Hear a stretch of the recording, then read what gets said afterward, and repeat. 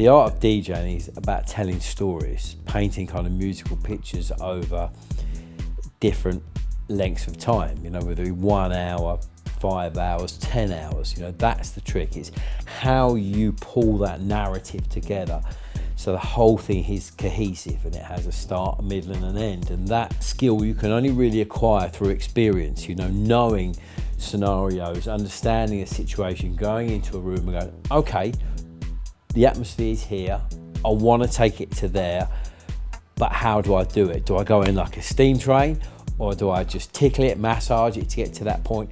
And that's the art of DJing, knowing how to kind of massage a situation into what you want it to be, you know? And you have to know your records. I think the key is knowing those link records that change the mood of the night incrementally, because we all know what the big records are, but you can't play one big record after another. That doesn't create any type of build or journey. You've got to know when to drop those records at the right time and what are the records that go between different scenes, different styles, but make that whole thing fluid. They're the real attributes to DJing.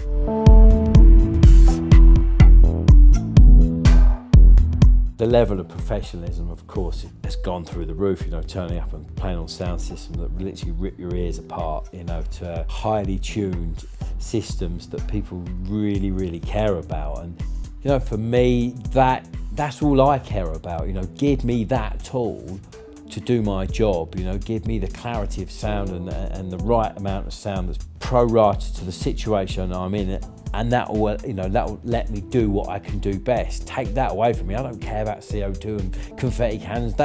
That's not what I'm about, you know. You can strip all that away, give me a great sound system and some decks, and let's go. You know, that's fundamentally all I need. And it's not just putting one record on after another. You can do all sorts of intuitive things whilst playing. It's great, you know, it keeps you inspired. You can do things on the fly. You can again react to a situation. Think, okay, I really need to create a bit more atmosphere in the moment, and I've got equipment that will allow me to do that. I'm not just stuck with 2 decks going, well, I'll wait till this one runs out because I need to play something a bit better now. I can really manipulate what I'm playing to get that result.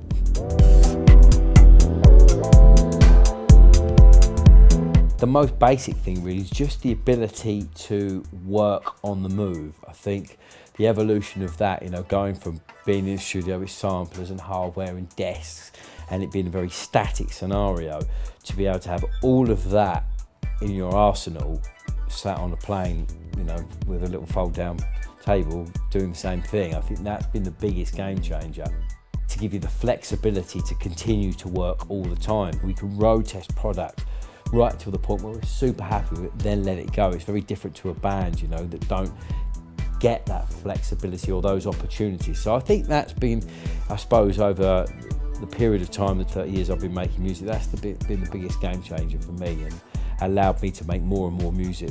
Sometimes it's boring just being travelling. If you're sat in an airport lounge and you're writing a track, you're like, I'm in a studio, I've got shut my eyes, okay, yes, I might be delayed for 6 hours, but I'm going to use this time to the best of my ability.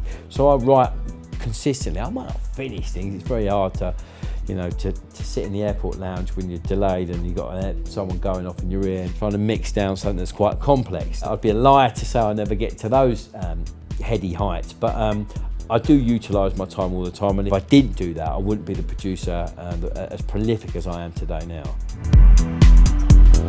I would like to go back and write another album, and I've got pretty grandiose plans in my head where I'd like to take the second album. I think stylistically it would be akin to the first one. I would just like to work with lots of people in the States. I'd probably like to set up a camp in the States in 2 or 3 weeks or 4 weeks and just write an album, go with a bunch of ideas, get a lot of people in the room and just come up with something magical. I'd love that. It's very magical when you get a lot of talent in a room and you get the best out of them. You know what you want, and it doesn't necessarily just happen. You've got to extract it out of people. So look, I want this. Oh no, that's not quite right. I want this. You work people, you know, you've got to steer that ship. But if you know what you're trying to achieve and you've got great people around you, you know, you can be good individually, but you can be amazing collectively. if you collaborate and you pull the minds and the talent of special people, then sky's the limit.